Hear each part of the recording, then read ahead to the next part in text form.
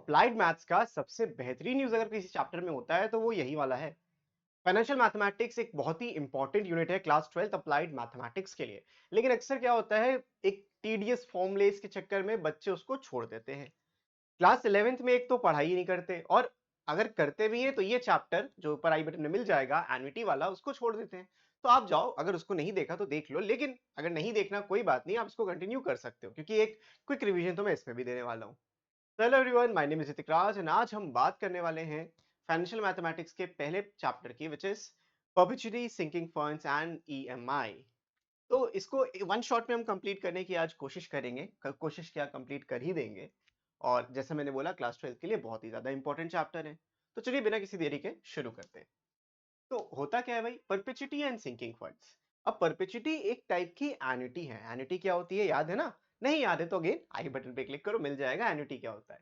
तो एन्युटी एक टाइप की परपेचुइटी, एक टाइप की एन्युटी है जिसमें आपको पीरियोडिक पेमेंट्स मिलती रहेंगी, और कब तक मिलेगी? इन्फिनाइटली मिलती रहेंगी। जब तक वो एसेट है तब तक वो पैसा मिलता रहेगा, आपके जाने के बाद भी वो पैसा मिलता रहेगा। तो इसको हम परपेचुअल एन्युटी भी बोलते हैं। सर अब ऐसा क्या है जिसमें हमेशा पैसा मिलता रहता है? अब देखो, कोई फ्री में तो पैसा नहीं दे रहा, you have to do something to earn something. Example देते हैं। सबसे पहले मान लीजिए आपका एक घर है, उस घर में आपने टेनेंट्स रखे। अब वो जब तक वो घर एग्जिस्ट करेगा, जब तक वो प्रॉपर्टी एग्जिस्ट करेगी, जो इन्फिनाइट टाइम के लिए कर सकती है, तो आपको उससे एक फिक्स रेंट हर महीने मिलता रहता है। करेक्ट?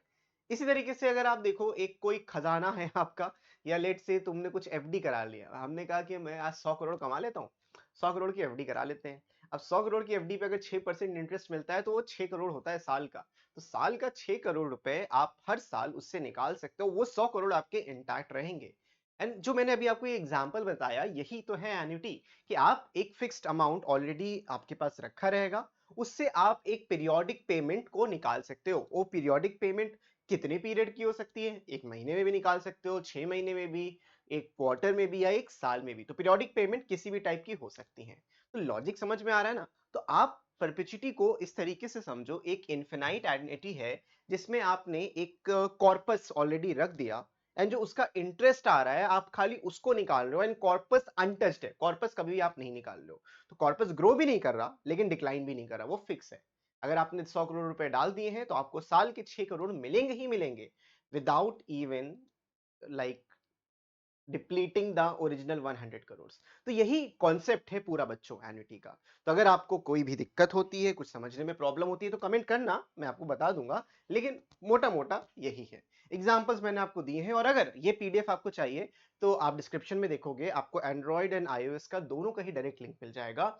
एंड्रॉइड तो डायरेक्टली अपने मोबाइल नंबर से लॉगिन कर सकते हैं, लेकिन अगर आप iOS यूजर हो तो TKSHMF करके एक कोड आपको उसमें डालना होगा। देन अपने मोबाइल नंबर से लॉगिन करना, एंड आपको फ्री मटेरियल सेक्शन में जाके ये पूरा पीडीएफ एंड इससे पहले की जितनी भी चीजें हमने पढ़ाई हैं यूट्यूब पे, सारा सब कुछ फ्री यूट्यूब नोट्स के अंडर मिल जाएगा। तो देरी किस बात की, डाउनलोड कर लेना, तुरंत डाउनलोड कर लो, वीडियो बाद में कंटिन्यू कर सकते हो। तो आई होप तुमको समझ में आ गया होगा कि क्या है परपेचुअल एन्युटी, एन्युटी क्या होता है। तो हम उसको समझ चुके हैं। अब इसका फॉर्मूला कैसे हम बता पाएंगे कि हम कितना पैसा निकाल सकते हैं without depleting the original corpus, कैसे समझ में आएगा? तो उसका एक फॉर्मूला होता है, हमने फ्यूचर वैल्यू पढ़ा है क्लास 11 में। Future value, present value, future value की फ्यूचर वैल्यू एन्युटी टेबल्स देखी थी, प्रेजेंट वैल्यू एन्युटी टेबल्स, हर एक चीज हमने पढ़ रखा है, ठीक है। लेकिन अगर आपने नहीं पढ़ा है तो अगेन आई बटन पे क्लिक करो, मिल जाएगा, सब कुछ मिल जाएगा। लेकिन आगे कंटिन्यू करते हैं उसके। प्रेजेंट वैल्यू ऑफ परपेचुइटी कैसे निकालते हैं? प्रेजेंट वैल्यू का मतलब क्या है? क्या हम पैसा आज रख दें कि हम इनफिनाइट टाइम के लिए उसको निकालते रहे। अब ये किस केस में होगा? जो कॉर्पस में एक एफडी की बात कर रहा था। अब तुमने देखो हाउस भी खरीदा है, तुमने कुछ पैसा इन्वेस्ट किया है ना, तभी तो आपको जिंदगी भर पेमेंट आ रही है। दादाजी जमीन खरीद के गए थे, आज हाईवे के बगल में जमीन है, मस्त पैसा ही पैसा, पेट्रोल पंप पे पैसा ही पैसा। तो ये सब परपेचुइटी का एक बहुत अच्छा एग्जांपल होता है। लेकिन क्या आज क्या इन्वेस्ट करना पड़ेगा कि जिंदगी भर एक सर्टेन अमाउंट तुम कमा पाओ, उसको हम समझते हैं यहाँ पे। तो कंसिडर करते हैं एक एन्युटी जिसका पीरियोडिक पेमेंट आर है फॉर इनफिनाइट पीरियड्स। ये आर का मतलब क्या है कि भाई देखो, आप मान लो एक एक साल में पैसा ले रहे हो। तो आज आपको मैं एक टाइमलाइन बना लेता हूं, आज के दिन, today, starting from today, this is the 0th year. आज से एक साल बाद आपने इससे पेमेंट निकाला आर, फिर 2 साल बाद इससे आपने पेमेंट निकाला, फिर 3 साल बाद आर निकाला, ये आर निकाला, और ये कब तक निकालते रहोगे? इनफिनाइट टाइम के लिए निकालते रहोगे। ये फर्स्ट ईयर है, ये सेकेंड ईयर है, ये थर्ड ईयर है, ये फोर्थ ईयर है। तो आपको ये पेमेंट्स कैलकुलेट करने हैं। तो आप कितना पैसा आज इन्वेस्ट करो कि ये पैसा आप निकाल पाओ। तो वो पैसा आप यहाँ पे ओरिजिनल डालोगे ना, ये आपका इनपुट है, ये आपका हर साल का आउटपुट आ रहा है। तो वो पैसा कैसे कैलकुलेट करना है, उसी को फॉर्मूले से हमें यहाँ पढ़ना होता है। तो ये देखो, इसकी प्रेजेंट वैल्यू कैलकुलेट करते हैं। जैसे मान लो आपने जो भी पैसा यहाँ पे किया, इसकी जो प्रेजेंट वैल्यू होगी क्या होगी? R1 प्लस आई। इसकी प्रेजेंट वैल्यू क्या होगी? R1 प्लस आई का स्क्वायर। देख पा रहे हो ना? तो ये सब ऐसे चलता रहेगा और इन्फिनाइट पीरियड के लिए जाएगा। और तो क्योंकि एक जीपी बन जाती है, इन्फिनाइट जीपी, और इन्फिनाइट जीपी का फॉर्मूला पता है ना, इसको नहीं पता होता। उस इन्फिनाइट जीपी से टोटल आपको जो प्रेजेंट वैल्यू ऑफ रेगुलरिटी मिलती है, वो मिलती है R बाय आई। ठीक है? ये तब होगा जब आप अपना पैसा जो आपको चाहिए वो एक आपके इन्वेस्टमेंट से 1 साल के बाद से या एक पीरियड के बाद से लेना चाहो। लेकिन व्हाट इफ तुम इन्वेस्ट करो और तुम्हें तुरंत से उसी टाइम से पैसा मिलना शुरू हो जाए, तो उसको हम कहते हैं एन्युटी प्रेजेंट, कि तुरंत आज ही पैसा मिल जाएगा। ठीक है?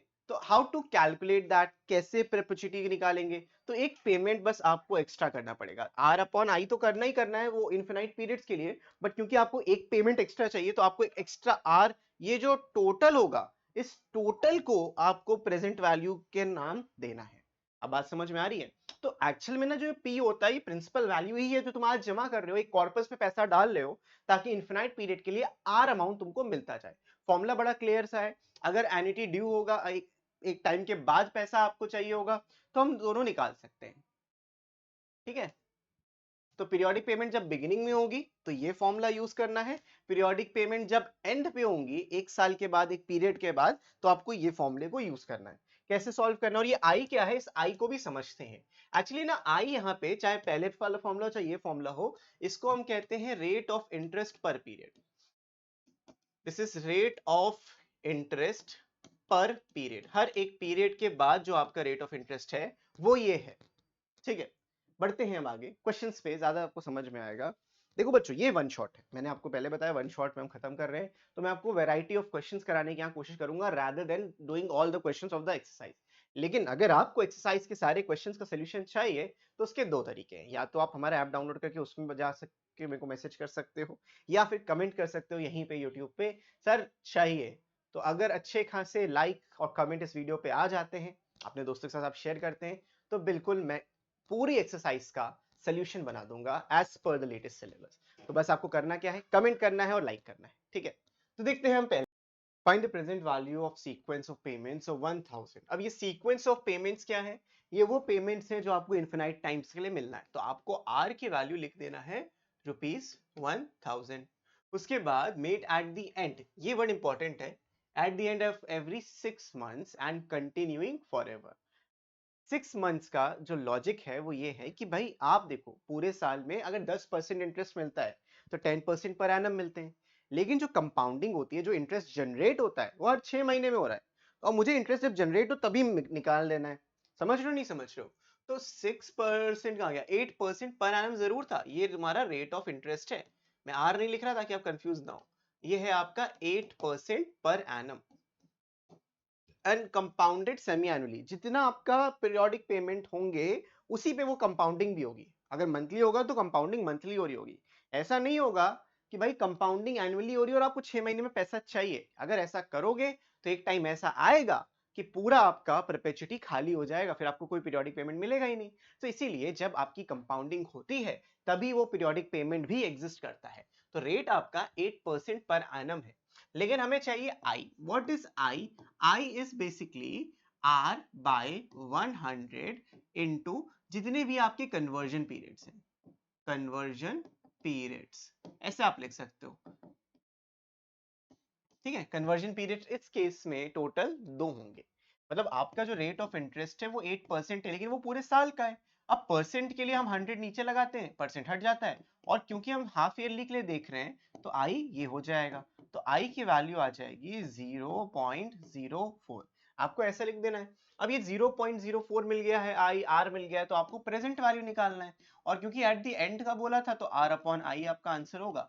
तो it will B 1000 divided by 0.04 and जब आप इसको सिंप्लीफाई करोगे आपको 25,000 मिलेगा।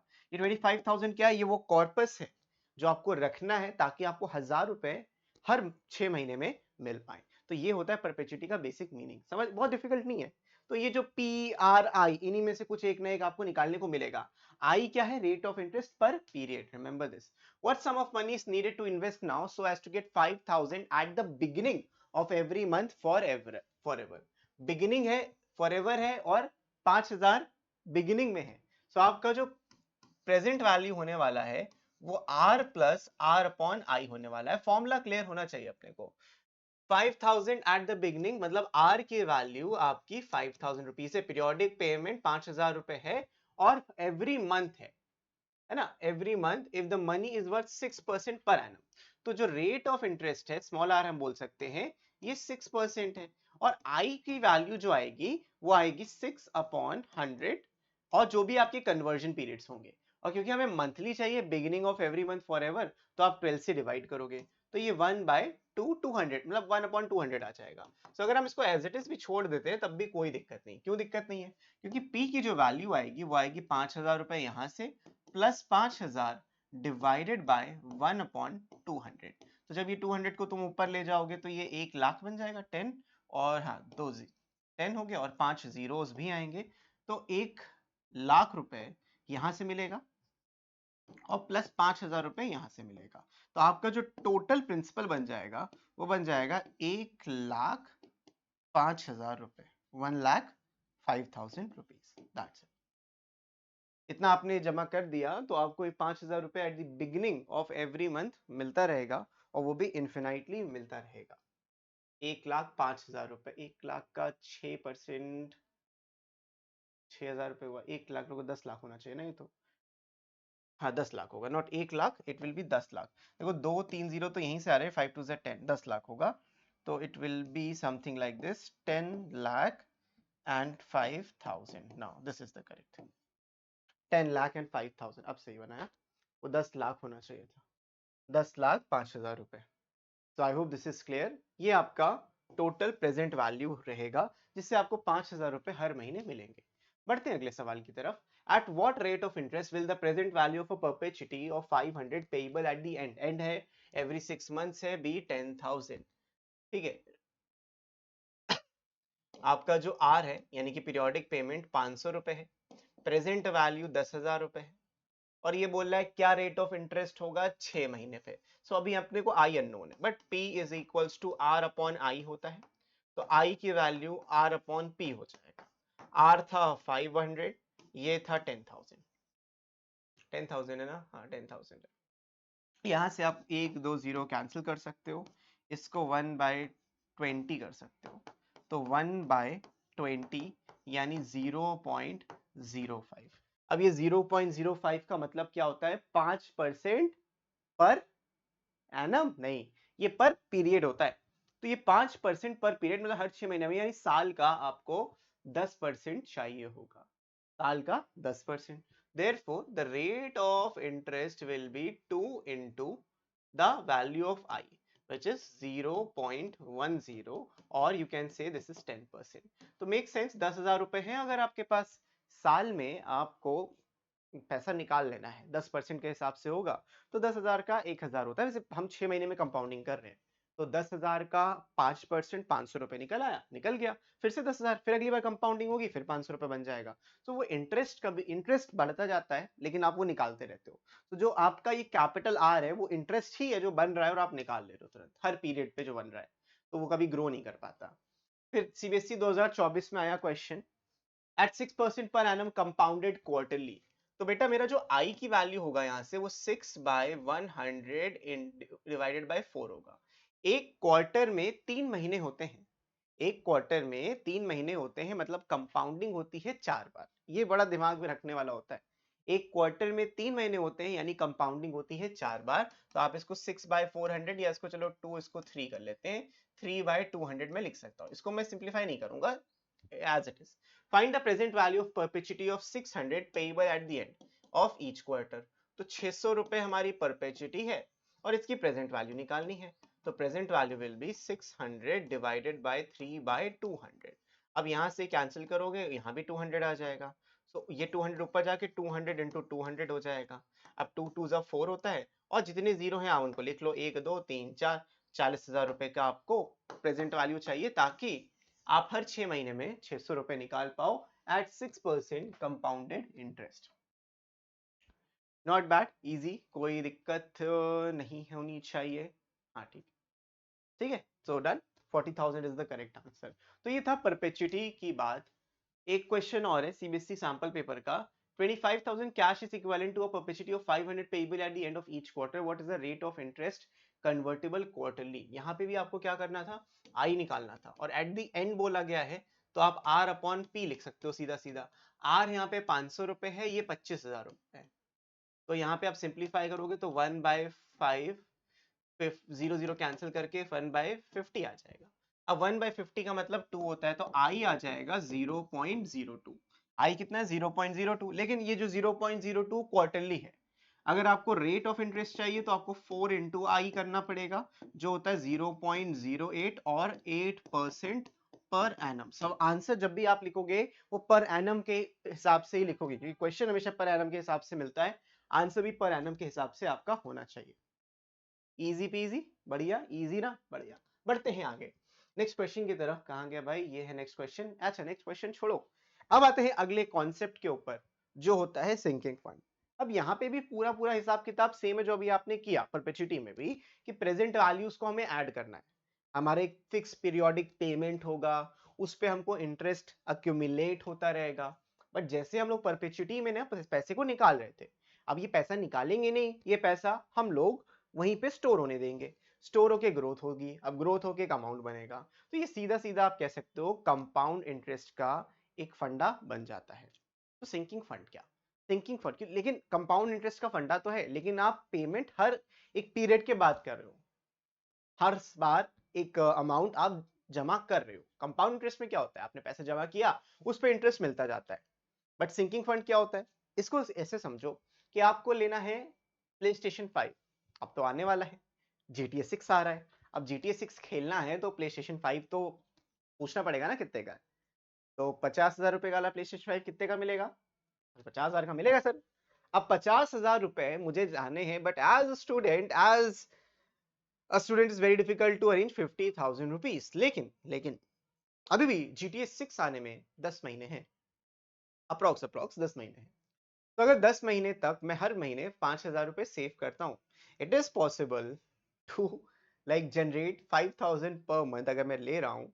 और अगर मैं उसको ऐसी जगह डाल रहा हूँ जहां मुझे हर महीने इंटरेस्ट भी मिल रहा है, तो मुझे 5,000 रुपए भी जमा करने की जरूरत नहीं। तो कहोगे सर पैसे तो जमा कर लिया, अब सीडी कैसे खरीदेंगे GTA 6 की।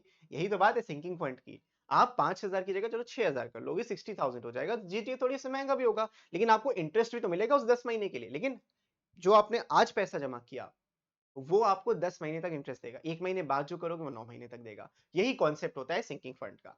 जब हमको कोई चीज चाहिए होती है एक फिक्स टाइम पीरियड के बाद, तो मैं एक फंड क्रिएट करता हूं जिसको हम कहते हैं सिंकिंग फंड। तो एक मनी को अक्यूमुलेट करने के लिए यूज होता है, ताकि हम अपने फ्यूचर ऑब्लिगेशन को फुलफिल कर पाए। समझ में आया ना, नहीं आया तो फिर पूछ सकते हो दोबारा, कोई दिक्कत नहीं है।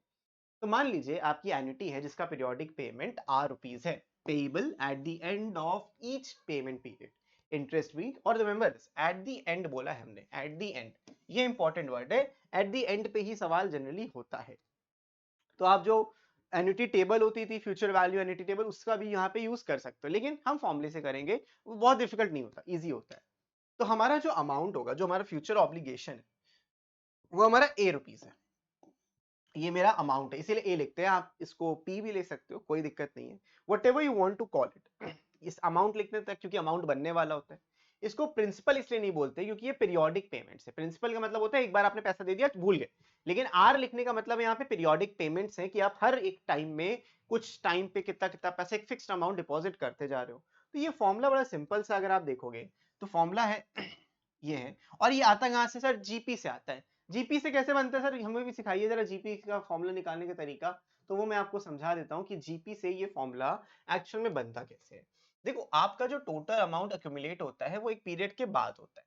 मान लीजिए आपने ना आज जो पैसा जमा किया, उसकी कोई फ्यूचर एट द एंड कुछ जमा किया, मान लो मैंने पहला पेमेंट किया ₹R का, फिर मैंने पेमेंट किया ₹R का, फिर मैंने पेमेंट किया ₹R का, फिर मैंने पेमेंट की मेरे ये मेरे फिक्स पेमेंट्स है, ये नहीं बदल रहे हैं, लेकिन इस पे जो मुझे इंटरेस्ट मिल रहा है वो तो बदल रहा है ना। ये जो पेमेंट्स हैं इन सबको अगर मैं ऐड करूंगा, लेकिन डायरेक्टली पेमेंट स्टार्ट होंगे नहीं, इस पे भी इंटरेस्ट मिलेगा, कितने टाइम के लिए मिलेगा, जितना मैंने इन्वेस्ट किया, जो सबसे पहला मैंने इन्वेस्ट किया है उस पे मुझे 1 plus I raise to the power n का इंटरेस्ट मिलेगा, इधर मुझे 1 plus I raise to the power n minus 1, मतलब ऐसे चलता रहता है। आपको पढ़ाया जाता है बुक में कि 1 प्लस आई का इंटरेस्ट मिला, फिर 1 प्लस आई की पावर 2 का मिला, फिर 1 प्लस आई की पावर 3 का मिला, एंड इस तरीके से आपने n नंबर ऑफ पेमेंट्स करी, तो 1 plus I raise to the power n का आपको इंटरेस्ट मिला, यही पढ़ाया जाता है आपको, करेक्ट? समझ पा रहे हो ना? तो इस ये एक जीपी बन जाता है, जीपी में जिसमें पहला टर्म ये होता है और लास्ट टर्म वो, टेक्निकली होता है ये पहला है, पहला दूसरा तीसरा चौथा, और ये आखिरी पेमेंट होता है जो आप करते हो, एक साल बाद फिर उसके पैसा निकालते हो। तो ये इस तरीके से चलता है, इसमें आप कंफ्यूज रहते हो, हमें कंफ्यूज नहीं रहना है। एक सिंपल सा फॉर्मूला, ये मैं एनुटी में बहुत अच्छे से एक्सप्लेन ऑलरेडी कर चुका हूं, तो यहाँ पे भी आपको कंफ्यूज नहीं करूंगा। यहाँ पे बस आपको एक सिंपल सा फॉर्मूला याद रखना है कि जो भी मुझे अमाउंट चाहिए, ये मेरा अमाउंट है, मुझे PS5 खरीदना है, 50,000 60,000 वट एवर इट इज, वो ये है, वो उसके हिसाब से मेरी पीरियोडिक पेमेंट्स एडजस्ट हो जाएंगी, and 1 plus I raise to the power n minus 1 divided by I, ये जीपी का ही फॉर्मूला होता है, r की power n minus 1 divided by r minus 1, यहाँ पे r है क्या, 1 अपॉन 1 प्लस आई, मेरा यहाँ पे r की वैल्यू है, उसी पूरे को सिंप्लीफाई करके ये टर्म्स आपको मिलते हैं। r पीरियोडिक पेमेंट है, i interest, rate of interest पर पीरियड है, n नंबर ऑफ कन्वर्जन है, कितनी बार कितने महीने के लिए आपने पैसा जमा किया है। तो ये सिंपल सा फॉर्मूला है, इसी को आपको यूज करके करना है। अब देखो, हम सेविंग अकाउंट में भी पैसा रखते हैं, लेकिन सेविंग अकाउंट और सिंकिंग फंड का क्या डिफरेंस है? मेन सिमिलैरिटी तो कि पैसा जमा कर रहे हो, इंटरेस्ट मिल रहा है, लेकिन डिफरेंस क्या है? डिफरेंस बहुत सिंपल सा है। सिंकिंग फंड एक फिक्स टर्म डिपॉजिट है कि मुझे भाई PlayStation 5 10 महीने बाद ही लेना है, तो मैं 10 महीने तक ही सिर्फ पैसा जमा करूंगा। लेकिन सेविंग अकाउंट का ऐसा कुछ नहीं, आपने सेविंग अकाउंट खोला हुआ है तो वो जब तक आप चलाना चाहो चला सकते हो, जब तक उसमें पैसे डालोगे पड़े रहेंगे, वो चलता रहेगा, लॉन्ग टर्म है। It is a setup particular for upcoming expense, ये होता है कि भाई आपको ये खरीदारी के लिए ही करना है। जैसे आप पिगी बैंक बचपन में बनाते थे कि मुझे देखो जाके ना बलून खरीदने, मुझे जाके ना एक वीडियो गेम खरीदना है, तो वट एवर दैट इज, तो वो सिंकिंग फंड ही होता था जो आप गुल्लक में पैसे जमा करते थे, वो सिंकिंग फंड होता है। सेविंग अकाउंट में कोई स्पेसिफिक पर्पस नहीं होता, कभी भी यूपीआई कर दिया है ना, 18 रुपए जाते होंगे आपके अकाउंट से डेली डेली, खैर नहीं जाते तो अच्छी बात है। It does not have any specific purpose. In sinking fund fixed amount at regular interval is deposited, sinking fund में एक फिक्स्ड अमाउंट हम हर एक रेगुलर इंटरवल में डिपॉजिट करते हैं। सेविंग अकाउंट में कभी भी मनी डिपॉजिट कर सकते हो, कभी भी निकाल सकते हो, सिंकिंग फंड में एक फिक्स्ड टाइम पे ही करते हैं। It can be used for only for the purpose it was created. अब मुझे PlayStation 5 लेना है, मैं अपनी फीस नहीं भरूंगा उससे, मैं तो PlayStation 5 ही लूंगा, लेकिन it can be used for any emergency. Saving account का ये पर्पस है और आपके सिंकिंग फंड का ये पर्पस है, पर्पस पढ़ लो समझ लो। और अगर पीडीएफ डाउनलोड करना है, आपकी बुक में भी वैसे दिया हुआ है, पीडीएफ डाउनलोड करना है तो मैंने बता दिया, डिस्क्रिप्शन में डाउनलोड करो, ऐप का लिंक मिल जाएगा। बढ़ते हैं हम आगे, यहाँ पे आते हैं क्वेश्चंस पे। A firm anticipates an expense of 5 lakh for a plant modernization at the end of 10 years from now। भाई एक 10 साल के बाद मेरा ये पक्का एक्सपेंस आने वाला है 5 लाख रुपए का। How much should the company deposit at the end of each year in a sinking fund earning interest 5% per annum? At the end of every year मुझे कुछ ना कुछ पैसा डिपॉजिट करना ही करना है। कितना डिपॉजिट करना है यही सवाल तो है, और 10 साल के लिए करना है। तो हर, और यहाँ पे एक साल के बाद करना है तो नंबर ऑफ पीरियड्स 10 ही है। ये जो है ये अमाउंट दिया है, ये वो नहीं है कि पीरियोडिक पेमेंट्स कितनी है, ये अमाउंट दिया है कि भाई 5 लाख रुपए है आपका। रेट ऑफ इंटरेस्ट यहाँ पे 5% है, आई कितना हो जाएगा R/100, सिंपल भाई 0.05। अच्छा बच्चों एक चीज और, जनरली होगा क्या ना, आपको ये वैल्यू दी रहती है, मैंने भी इसे फॉर्मूला में वैल्यू लिखता हूँ। मान लीजिए मेरा जो अमाउंट का फॉर्मूला होता है वो क्या होगा, R into 1 plus I raise to the, ये 1 है, ये I है, raise to the power n minus 1 divided by I. तो हो सकता है आपको ये पूरे की ही वैल्यू दे दी गई, या फिर हो सकता है कि आपको बस इतने की वैल्यू दी गई हो, तो आप उसको कैलकुलेट कर सकते हो। जनरली यहाँ पे ऐसे लिख के आएगा कि देखो 1.05 raise to the power 10 is equals to something something, ये क्वेश्चन में जनरली दिया रहता है, तो उसकी आपको टेंशन नहीं लेनी, सॉल्व नहीं करना, कोई लॉग टेबल या एंटी लॉग टेबल यूज नहीं करनी। हाँ एन्युटी टेबल अगर मिलती है तो हो सकता है डायरेक्टली इसकी पूरी वैल्यू यहाँ पे वो दे दिया आपको, दे दिया तो भाई मजे ही मजे, नहीं दिया तो सॉल्व करना बैठ के। ठीक है, so this is what will be given to you, और इसका शॉर्टकट मैं बता चुका हूँ एनईटी वाली वीडियो में, तो जाओ क्लास 11th का रिवीजन करके आओ यार, बहुत बहुत मदद मिलेगी। हाँ, तो हम इसको सॉल्व करते हैं। इसको यहाँ पे हमें लेफ्ट हैंड साइड में 5 लाख रुपए लिखने हैं, सारी वैल्यूज लिख लेते हैं। 5 लाख रुपए इक्वल्स टू आर मुझे कैलकुलेट करना है। यहाँ पे 1 प्लस आई है तो मैं लिखूंगा 1.05 raise to the power 10 -1 divided by 0.05। अब मुझे आर निकालना है, तो आर को इधर रखते हुए मैं बाकी इधर मल्टीप्लाई करूंगा, 2 0 गायब कर दूंगा, तो 1 2 3 ही बचेंगे। 5000 इंटू 5 डिवाइडेड बाय, इसकी वैल्यू को हम यहाँ पे सॉल्व करते हैं। अब मैंने जैसे बोला कि आपको जनरली दिया रहता है, मैं यहाँ पे कैलकुलेटर का यूज कर सकता हूँ लेकिन डिवीजन में ही खाली, लेकिन ये वैल्यू तो देखो आपको मिल जाएगी यहाँ से 1 पॉइंट, ये मिल जाएगी वैल्यू 1.62 1.6288 माइनस में 1, मैं थोड़ा सिंप्लीफाई करके अभी लिखता हूँ, तो यहाँ से 0.628 आ जाएगा।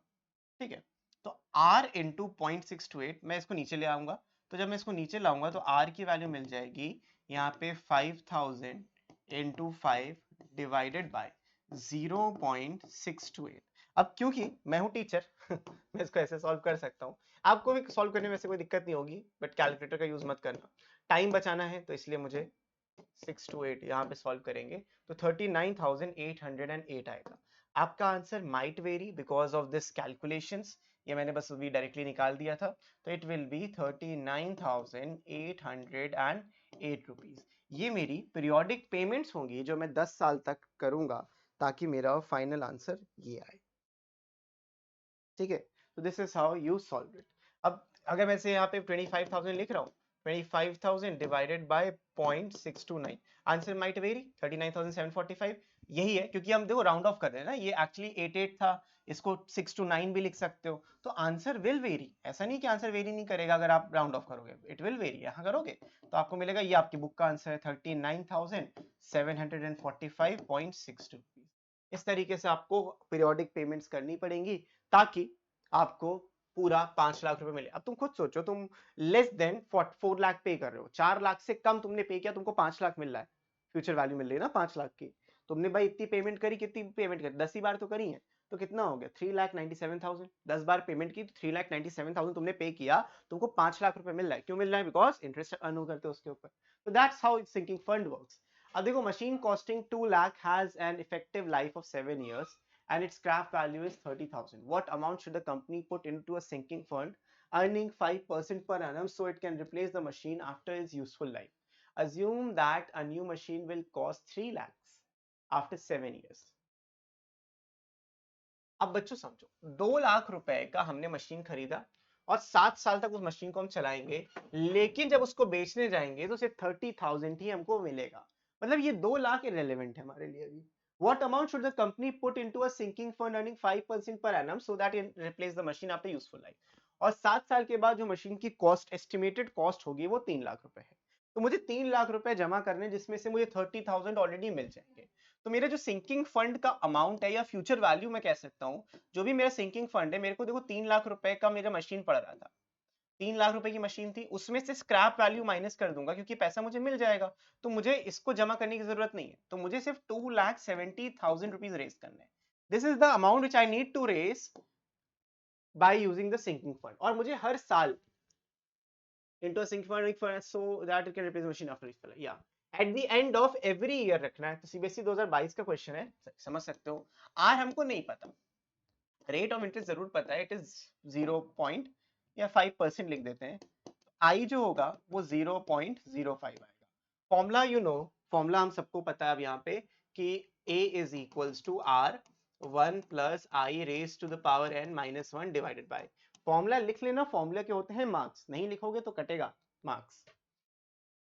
यहाँ पे वैल्यू लिखेंगे, हमें 2,70,000 रेज करना है खाली सिंकिंग फंड से, इक्वल्स टू R, यहाँ पे आ जाएगा 1.05 raise to the power 7 minus में 1 डिवाइडेड बाय 0.05। अगर मैं इसको सिंप्लीफाई करता हूँ, तो पहले तो 1.05 रेज टू द पावर 7 निकालते हैं, 1.05 रेज टू द पावर 7, तो इसको निकालोगे तो 1 पॉइंट यहाँ से मिल जाएगा R 1.4071 माइनस में 1 और इसको इधर भेज देते हैं तो 2,70,000 इंटू 0.05। अब इसको मैं कैलकुलेट कर सकते हैं यहाँ पे हम लोग आराम से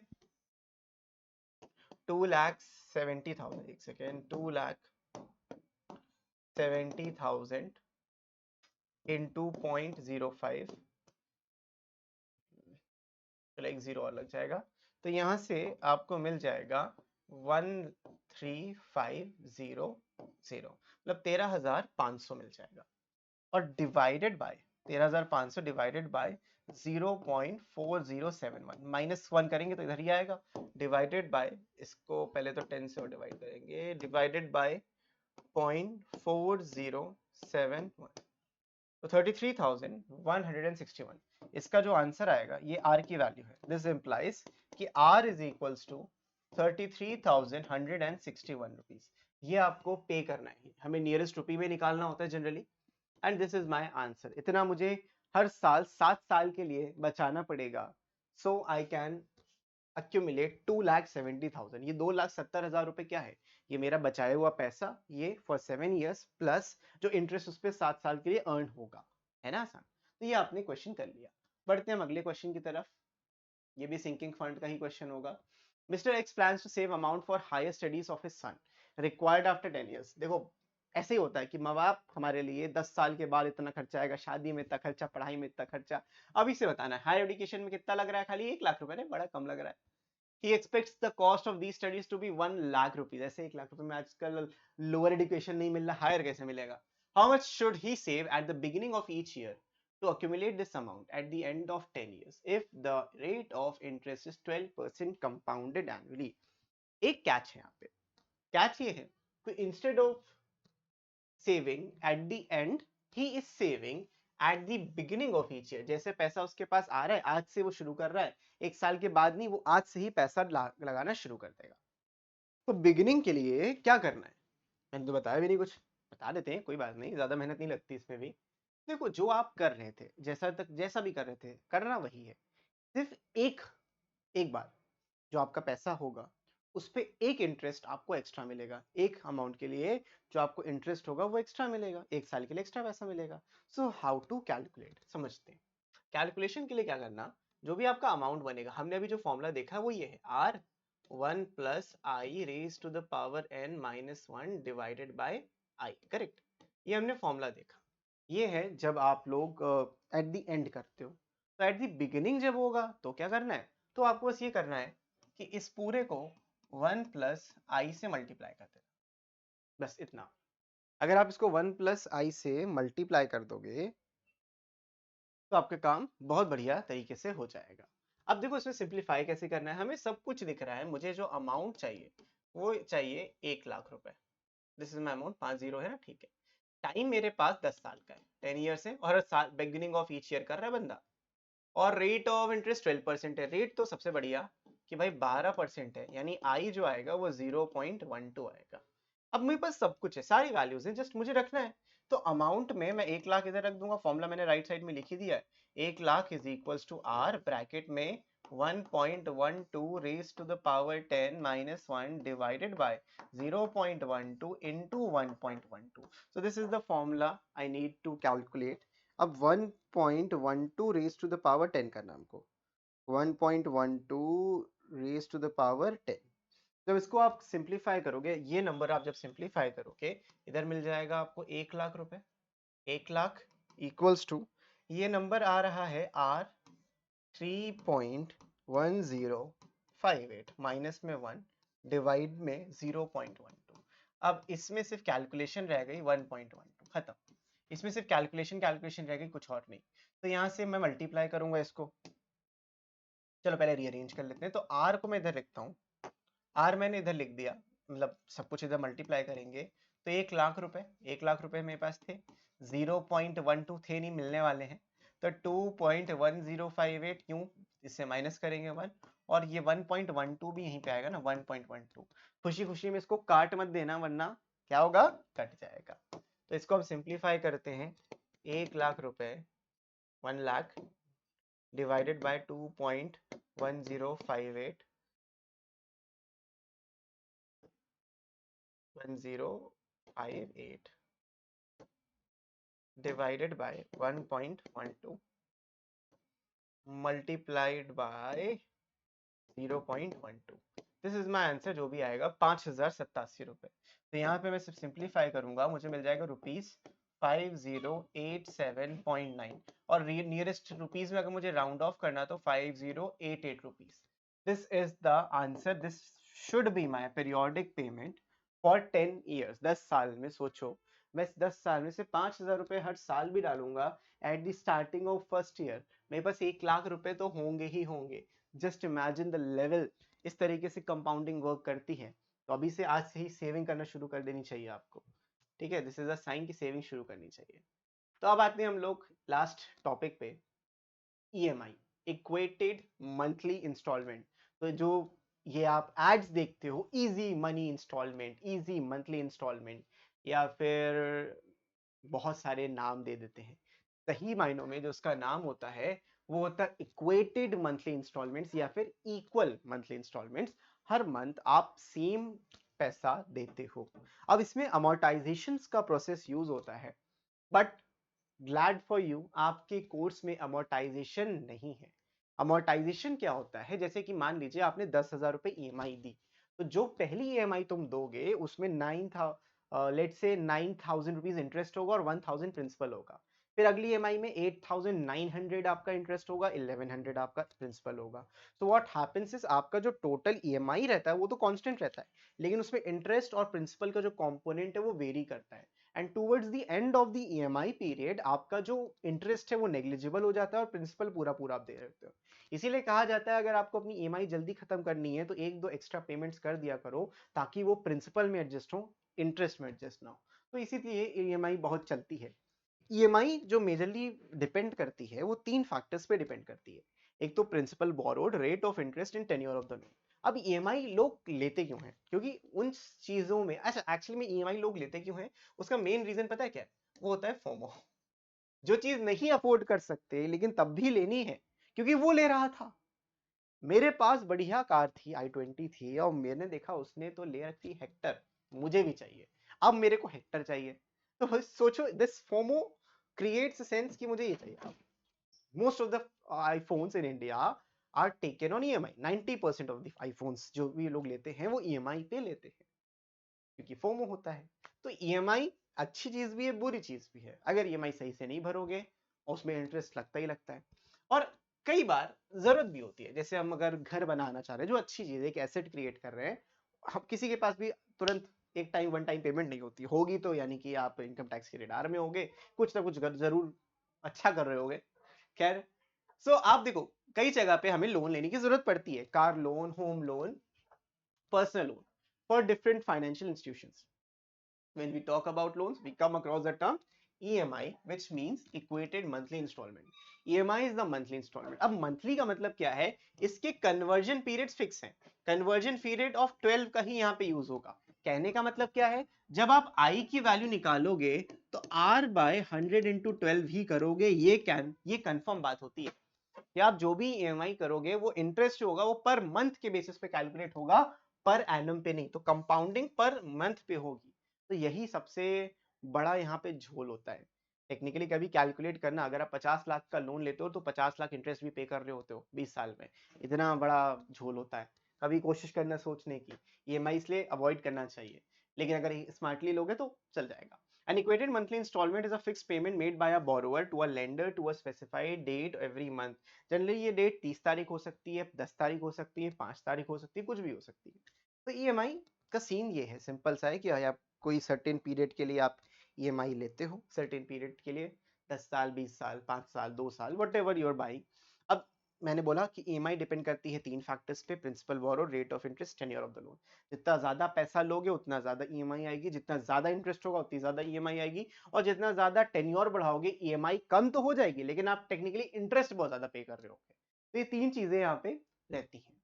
ईएमआई 2 तरीके से कैलकुलेट होती है, एक होता है रिड्यूसिंग बैलेंस मेथड पे और एक होता है फ्लैट रेट मेथड पे।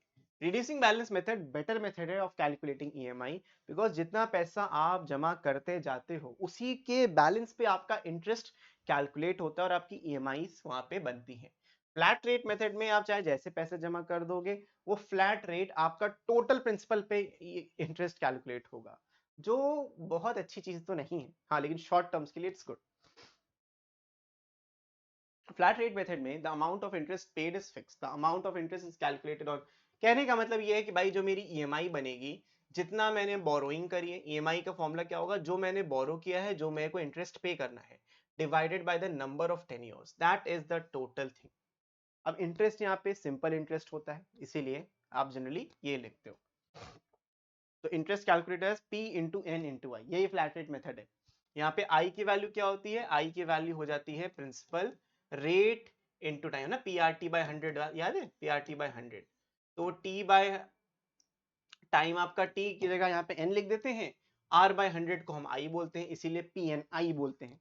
तो चॉइसेस योर्स, इंटरेस्ट वैसे ही सिंपल इंटरेस्ट कैलकुलेट करना और कुछ भी नहीं। ये था आपका flat rate method. Reducing balance आगे देखते हैं। Sanjay takes a personal loan of 50,000 at a rate of 12% per annum for 3 years. Calculate his EMI by using a flat rate method. ठीक है, EMI कैलकुलेट करनी है फ्लैट रेट मेथड से use करके। तो मुझे लोन, जो मेरा लोन होगा 50,000 का, वो मेरा प्रिंसिपल वैल्यू है।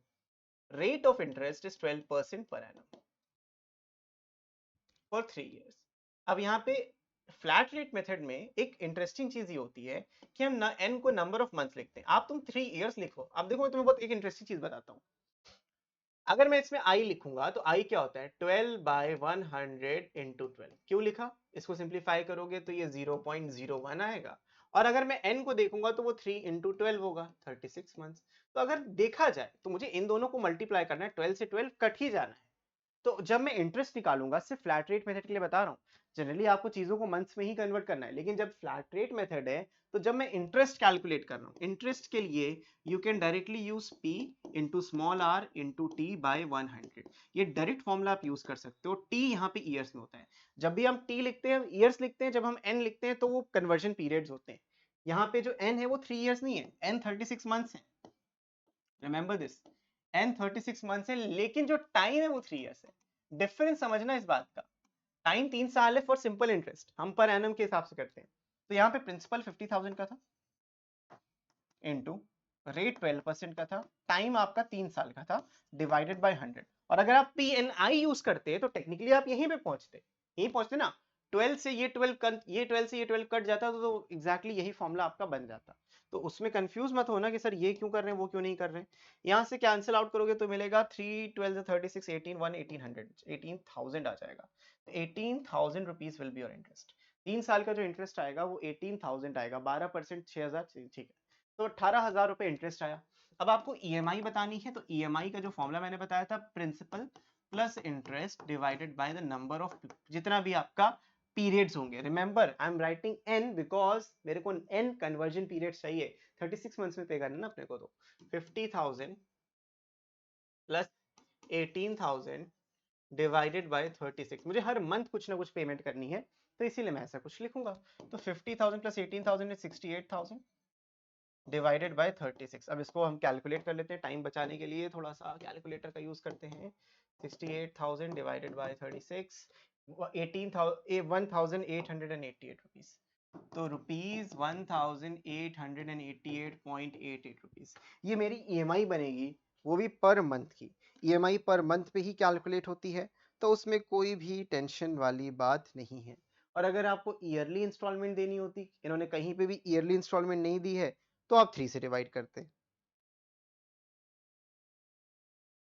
ठीक है, तो फ्लैट रेट मेथड में जो नंबर ऑफ कन्वर्जन पीरियड्स होंगे दैट डिपेंड्स, और ये चीज क्लेरिफाई आप कर लेना, पर एनम 3 साल का लोन है तो डिवाइड बाय 3 भी 36 मैंने इसलिए किया बिकॉज मैं पर मंथ, ये पर मंथ की ईएमआई है। साल की क्या हो करते, अगर साल का होता तो 68,000 को मैं 3 से डिवाइड करता।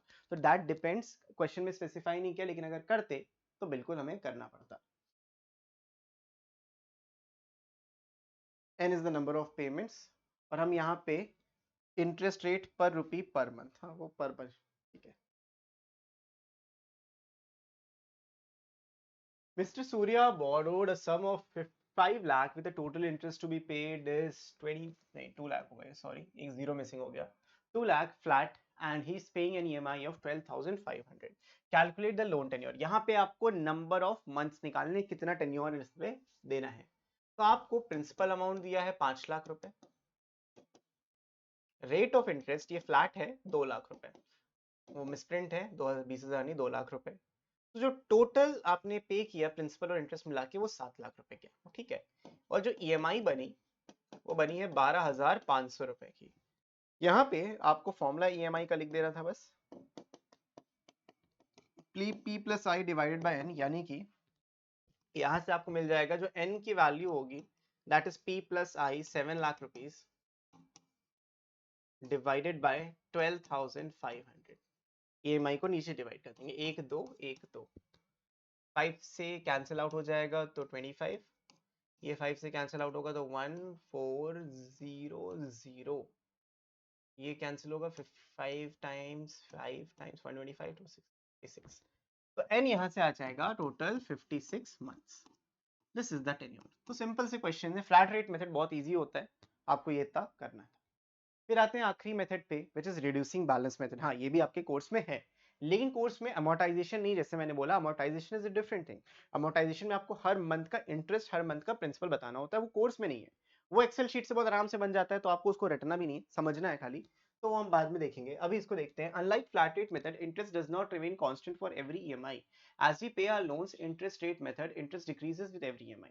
जितनी भी हम ईएमआई देते रहेंगे इंटरेस्ट घटता है, मैंने आपको बताया था ना, वही है यहाँ पे, बस आप उसका सेपरेट कंपोनेंट नहीं बता रहे हो, लेकिन आप वही प्रोसेस को फॉलो कर रहे हो.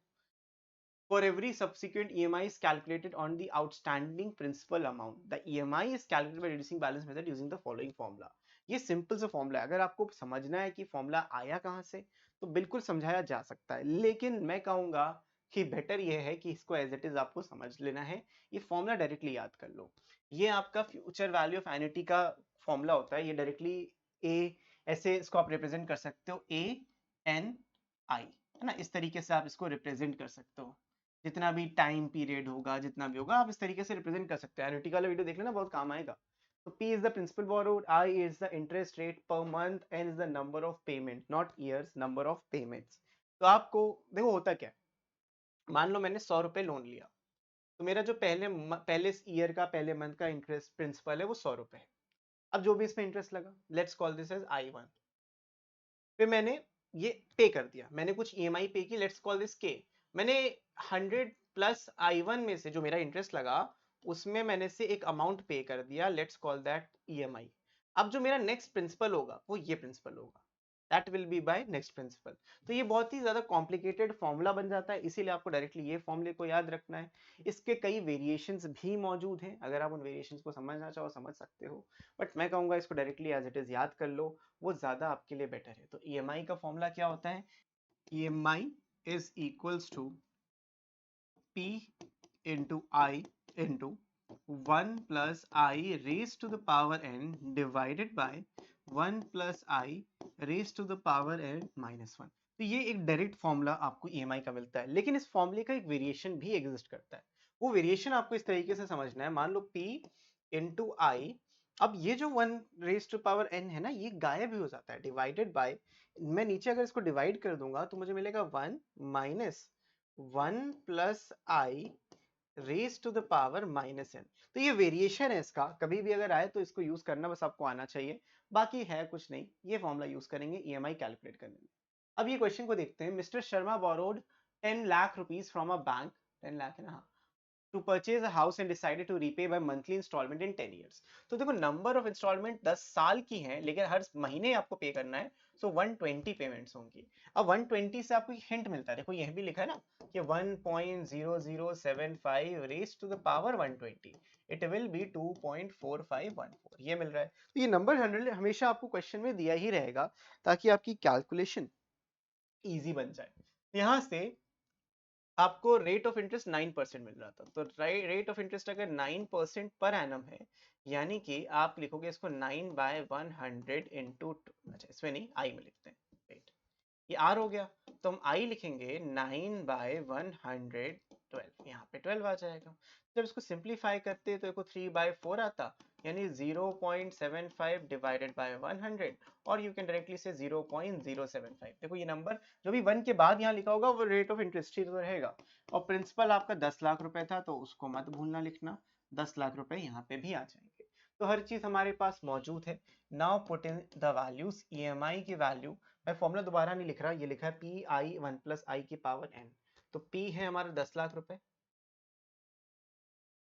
इंटू आई है 0.0075, into 1.0075 raise to the power 120 divided by 1.0075 raise to the power 120 minus में 1। यही फॉर्मूला था, -1 नीचे था, याद रखना। इसमें कंफ्यूजन हो जाती कभी कभी, तो वो कंफ्यूजन ना हो इसीलिए याद रखना है। तो हमारे पास आ जाएगा 10 लाख, 10 लाख हो गया नहीं, 10 लाख इंटू 0.0075, यहाँ से आपको 7500 मिल जाएगा। तो दिस इज 7500 इनटू, इसको सिंप्लीफाई करके मेरे को मिलता है 2.4514, नीचे मिलेगा 1.4514। क्यों? क्योंकि -1 भी तो है, तो मैं इसको यहीं पे मल्टीप्लाई करता हूँ, 2.4514 डिवाइडेड बाय 1.4514। तो टोटल जो मेरा आंसर इधर से आएगा वो आएगा ₹12,667.42 रुपीज। ये ईएमआई बनेगी फॉर 10 ईयर्स, 12,000 रुपए ईएमआई रहेगी। इजी, बहुत इजी। बढ़ते हैं हम अगले क्वेश्चन की तरफ। A person wishes to purchase a house for 45 lakh, 45 lakh होगा, with a down payment of 50,000 and a balance, 50,000 नहीं होगा, वो भी 5 लाख होगा, डाउन पेमेंट ऑफ 5 lakhs। एक बार इसको कंफर्म कर लेते हैं। And balance in EMI for 25 years. तो बेटा आप देखो 45 लाख का घर ले रहे थे, आपका प्रिंसिपल 45 लाख नहीं होगा, आपका जो प्रिंसिपल होगा वो 45 लाख में से 5 लाख माइनस करने के बाद आएगा। This is the principal amount. So total आपका जो किस्त बनेगी वो 40 लाख के हिसाब से बनेगी, 40 लाख पे बनेगी। This is the principal amount. उसके बाद बैंक चार्ज करता है 6% पर एनम कंपाउंडेड मंथली, वो नहीं भी बोलते तब भी हम उसको लेते ही लेते। सो आपकी आई की जो वैल्यू आएगी वो आएगी 6/112 इधर, तो 1/2 यानी कि 1/200, या फिर ऐसे बोल सकते हो 0.005। एंड आपके जो नंबर ऑफ पेमेंट्स हैं वो 25 ईयर्स हैं, और उसको 12 पेमेंट आपको करने हैं, तो टोटल 300 पेमेंट्स, 300 बार आप पेमेंट कर रहे हो। और ये हिंट आपको देखो यहीं से मिल जाता है, सिर्फ फॉर्मूला रखना है। एक बार फॉर्मूला मैं आपके लिए दोबारा से लिख दे रहा हूँ। फॉर्मूला होता है P into I into 1 + i raise to the power n divided by 1 + i raise to the power n - 1। Formula बहुत डिफिकल्ट नहीं है, तो कंफ्यूज मत होना। 40 lakhs, 5 zeros, into I 0.005 into 1.005 raised to the power 300 divided by 1.005 raised to the power 300 minus में 1। यहाँ से simplification के बाद 40 लाख इंटू 0.005, इसकी वैल्यू हम रखेंगे 4.4650 डिवाइडेड बाय 3.4650। सिंपल से कैलकुलेशन के बाद आपको मिल जाएगा यहाँ से 40 lakh, 40 lakh multiplied by 0.005 multiplied by 4.4650 divided by 3.4650, 25,000 rupees. तो टोटल आपका जो ईएमआई बन के आएगा वो आएगा 25,772 रुपीज। ये थे पर्सन की, अब पर्सन की ईएमआई 25,772 रुपए एंड कुछ पैसे, चंद पैसे। और क्योंकि ये ईएमआई बैंक अकाउंट से डायरेक्टली कटती है तो वो पैसे भी कोई छोड़ेगा नहीं, 72 पैसे भी आपके फिर कटेंगे। I hope this is clear. अब ये है आई गेस लास्ट क्वेश्चन। तो this is the last question on EMI. अब कार की ईएमआई की भी बात कर लेते हैं, बहुत घर की ईएमआई की बात कर ली। मधु ने अपनी ओल्ड कार को एक्सचेंज किया for 1,50,000 with a new one price at 6,50,000। अब उसने कुछ डाउन पेमेंट करी। अब डाउन पेमेंट उसने करी वो x रुपीस की डाउन पेमेंट करी, और बाकी का 21 मंथली इंस्टॉलमेंट में उसने पे किया जो 21,000 थी। अब जो रेट ऑफ इंटरेस्ट था वो 9% था, हमको x की वैल्यू बतानी है। ये x है क्या? ये x है बेटा आपकी डाउन पेमेंट। डाउन पेमेंट करने के बाद जो आपका प्रिंसिपल बनेगा वही हमारा जनरल आंसर होगा। अब यहाँ पे अगर आप नोटिस करो कि जो क्वेश्चन में दिया है वो नेगेटिव वैल्यू में दिया है, नेगेटिव पावर में दिया है, तो उसका क्या करा जाए? उसको सिंप्लीफिकेशन करना एक्चुअल में बहुत आसान है। नेगेटिव देने का जो लॉजिक है, नेगेटिव देने का जो लॉजिक है ना वो ये है कि आपको जो दूसरा वाला फॉर्मूला था उसको यूज करना है। तो दूसरा फॉर्मूला यूज करने के लिए दूसरा फॉर्मूला याद होना चाहिए। क्या होता है? p into I one minus that formula. तो लेट्स राइट एवरीथिंग। मैंने आपको एक एक्सप्लेनेशन दे दिया, एक बार उसको लिख लेते हैं। ओल्ड कार उसकी 1.5 लाख रुपए की थी with a new one priced eight 6,50,000। जो उसका प्रिंसिपल अभी बचा है वो 5 लाख बचा। भाई देखो मेरे पास पुरानी कार इतने की थी, मैंने बेच दी, मैंने इतने की ले ली, मुझे पेमेंट कितने करना है? मुझे 5 लाख रुपए और पे करना है। लेकिन 5 लाख रुपए में मैं कुछ डाउन पेमेंट और दे रहा हूँ, मधु और दे रही, मैं नहीं दे रहा। She paid X as down payment, यानी कि जो रिमेनिंग बैलेंस है वो मेरा प्रिंसिपल होगा। तो मेरा जो रिमेनिंग बैलेंस था वो 5 लाख रुपए माइनस एक्स हो जाएगा। यही डाउन पेमेंट एक्स उसने दिया था। And the balance in 20 EMIs of 21,000 each. जो उसके EMI की वैल्यू बनी थी वो 21,000 बनी थी। Rate of interest is 9% per annum, और जो रेट ऑफ इंटरेस्ट था 9% पर एनम था, यानी 9/12 इंटू 100। अगेन ये 0.0075 आ जाएगा। अब इस बार मैं ईएमआई का एक नया फॉर्मूला यूज करने वाला हूँ। तो ईएमआई का जो फॉर्मूला होगा, इसलिए मैंने बोला था याद रखना, p into I raise to the power 1 minus 1 plus I raise to the power minus n। This is the formula I was talking about. ये फॉर्मूला लगा डाला तो लाइव झिंगा लाला। अब इस फॉर्मूले को यूज कैसे करना उसको देख लेते हैं। प्रिंसिपल क्या है? जो मेरे पास पैसा देना है, मुझे देना है 5 लाख रुपए माइनस एक्स में, not the whole 5 lakh only, minus X पे मैंने डाउन पेमेंट करी थी। आई आ जाएगा 0.0075 डिवाइडेड बाय 1 माइनस, अब यहाँ पे मैं एक बार लिख लेता हूँ 1.0075 raise to the power -20।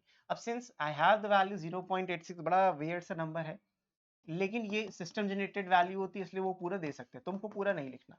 EMI की वैल्यू यहाँ से आ जाएगी, मुझे ईएमआई दिया था इन्होंने 21,000, राइट? 21,000 इनटू इक्वल्स टू, ये आ जाएगा 5 लाख माइनस एक्स में, इसको नीचे भेज देते हैं 0.0075, इसको सिंप्लीफाई कर लेते हैं 1 माइनस 0.86118। तो इतने डेसिमल प्लेसेस तक काफी है। तो इसको कैलकुलेट अगर मैं करूं तो मुझे क्या मिलेगा? 1 माइनस 0.86118985। जस्ट फॉर प्रिसीजन मैं इसको लिख रहा हूँ। अब इसको राउंड ऑफ करूंगा तो यहाँ से यहाँ आगे लिख लेते हैं। यहाँ से मेरे को सिंप्लीफिकेशन में क्या मिल जाएगा? ये 0.1388 यहाँ पे आ जाएगा ये तो। सो यहाँ पे जगह बनाऊं, चलो ठीक है, जस्ट अ सेकेंड, इसको कर लेते हैं छोटा।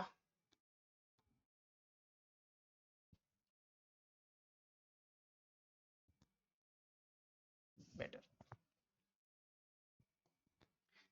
यहां से आपको मिल जाएगा 5 lakh minus x divided by this value 0.1388, ठीक है, इक्वल्स टू यहां से मिल जाएगा 21,000 डिवाइडेड बाय 0.0075।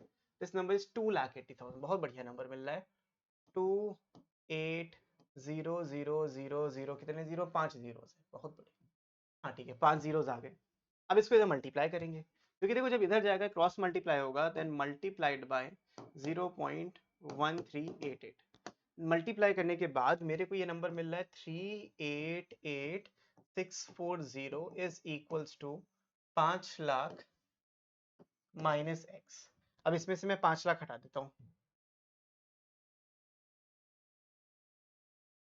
तो फाइनल आंसर जो आ जाएगा वो आ जाएगा x की value. So x will be 1,11,360 rupees.